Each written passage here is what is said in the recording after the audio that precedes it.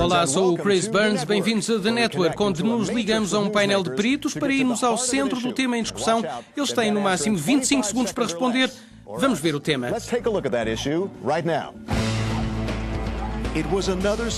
Mais uma cimeira para evitar o descarrilamento com o futuro do euro em jogo. Os líderes europeus acordaram antes do verão criar um órgão supervisor da banca e alargaram o fundo de resgate aos bancos para evitar um colapso da Espanha. Mas a falta de pormenores está a deixar os mercados nervosos. Os líderes chegaram a acordo sobre um calendário para a União Económica até ao fim do ano, que inclui a supervisão do Banco Central, um controlo mais apertado dos déficits e um possível avanço em direção ao empréstimo conjunto. O Bundesbank alemão insiste que uma união bancária não pode existir sem um controle centralizado dos orçamentos nacionais. Isso pode significar mais austeridade, o que pode gerar novos tumultos e desestabilizar ainda mais países como a Grécia. Os reformistas dizem que abrir as economias fechadas ao mercado único europeu é outra chave, tal como o financiamento de projetos de infraestruturas para criar emprego. Ou será que a solução é simplesmente esperar pelo colapso?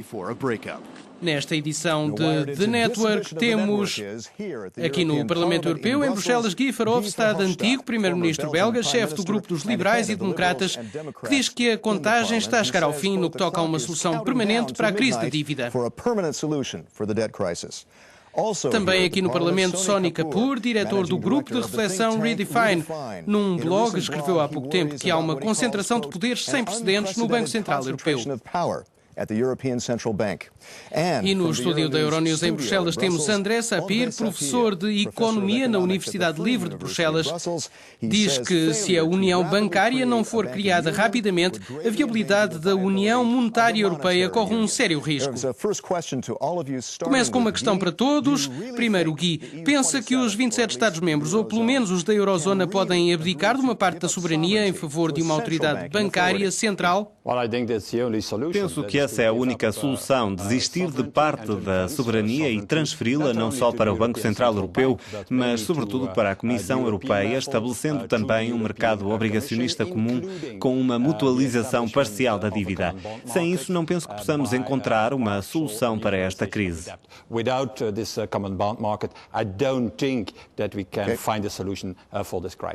Sonny, essa questão da soberania preocupa-o? Penso que o Guy tem razão no que toca à parte económica do assunto, mas acho que a opinião pública está de tal forma polarizada que é tarde demais para irmos nessa direção. Sobretudo à velocidade a que temos de ir para poder atacar a crise. Penso que desta vez temos que incluir os cidadãos, mas já não há tempo para isso.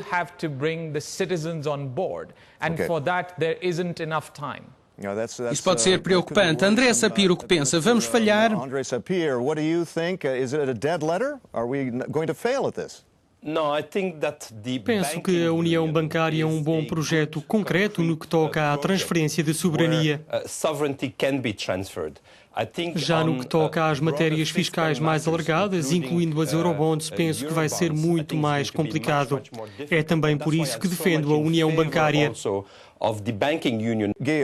Gui, se os 27, ou pelo menos a Eurozona, não concordar, pode ser o princípio do fim do mercado único e do próprio euro?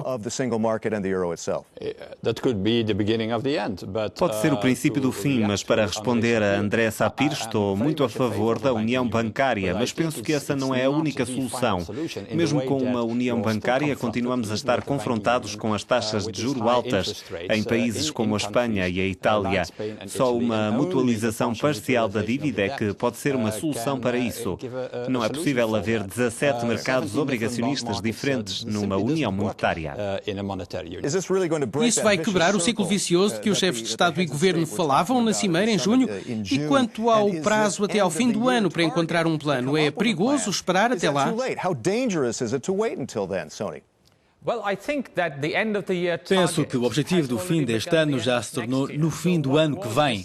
O que foi decidido em termos conceptuais foi muito bom, ou seja, que se quebrasse a ligação viciosa entre os bancos e as dívidas soberanas, injetando diretamente capital nos bancos espanhóis. Parece que já estão a discutir apontando para 2014 e isso parece demasiado tarde. André, a chanceler Merkel está debaixo de fogo. Olhemos para as realidades políticas. Está debaixo de fogo por causa dos planos de resgate. Há uma carta assinada por 150 economistas alemães. Há dissidências no partido dela. As últimas sondagens mostram que os alemães estão contra. Os outros líderes estão a pedalar para trás. Estamos a descarrilar. Tem razão sobre os 150 economistas que se opõem, mas há outros 150 que assinaram uma carta no sentido contrário. Há uma grande discussão na Alemanha que eu espero que se estenda aos outros países. Penso que a Alemanha está muito mais preparada para seguir em frente por causa da natureza federal do país. A maior dificuldade vai ser a França. Voltemos ao Gui. Outra vez esta questão da soberania. Acha que o Banco Central Europeu se está a exceder ao dar-se tanto poder? É uma instituição não eleita que diz aos países o que devem fazer. Mas é normal numa união monetária que haja um Banco Central com grande poder. Veja, a Reserva Federal Norte-Americana tem muito mais poderes que o BCE. Dito isto, não penso que o problema esteja aí. O problema é político. É uma crise política, não é económica nem financeira. E isso significa que não somos capazes, de momento, por causa dos problemas em muitos países, de seguir em frente com uma União Federal. E essa é a verdadeira natureza da crise. Sony diz que há um problema de falta de democracia, mas de que outra maneira vamos agora resolver o problema?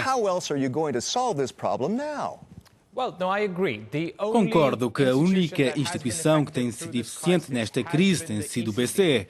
E isso, em parte, porque as estruturas de tomada de decisões são rápidas e quase não têm contas a prestar a ninguém.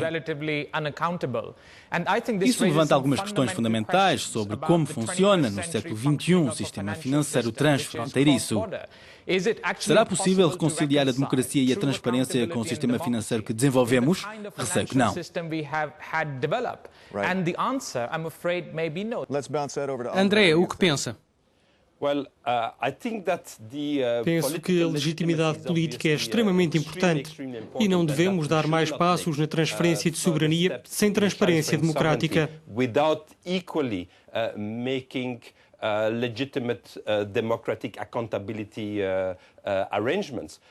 O Banco Central Europeu tem legitimidade porque consegue fazer o que prometeu, o que até agora os políticos não têm conseguido.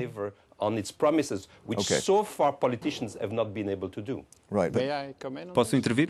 Diga. Simplesmente temos uma instituição que pratica essa transparência democrática, que é o Parlamento Europeu, que controla a Comissão Europeia. O problema é que, neste momento, são os chefes de Estado e Governo do Conselho Europeu que estão a tentar gerir a crise e não conseguem. Ou os mercados não acreditam que consigam, por isso temos de considerar dar mais poder à Comissão Europeia, controlada pelos Parlamentos Nacionais e pelo Parlamento Europeu. Nenhuma destas reformas vai chegar a tempo de evitar algo súbito, no verão, por exemplo. Devemos simplesmente admitir que o BCE vai ter de intervir, recapitalizar os bancos. O que é que isso significa para o valor e para a estabilidade do euro?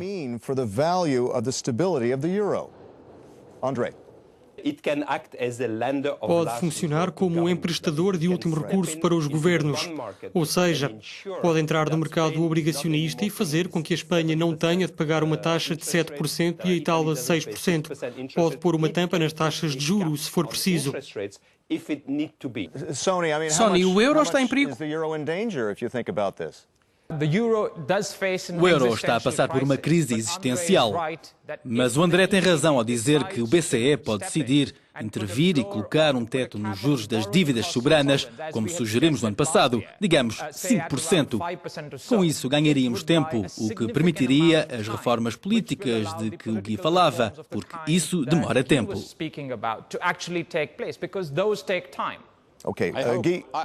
Gui, sim, diga. Espero que o Banco Central Europeu não entre nisto tão depressa. Isto porque conheço os políticos e sei o que lhes pode tirar a pressão e fazê-los concordar a respeito das reformas necessárias. O nosso tempo acabou. Quero agradecer a todos os nossos convidados. Eu sou Chris Burns. Obrigado por terem estado connosco em The Network.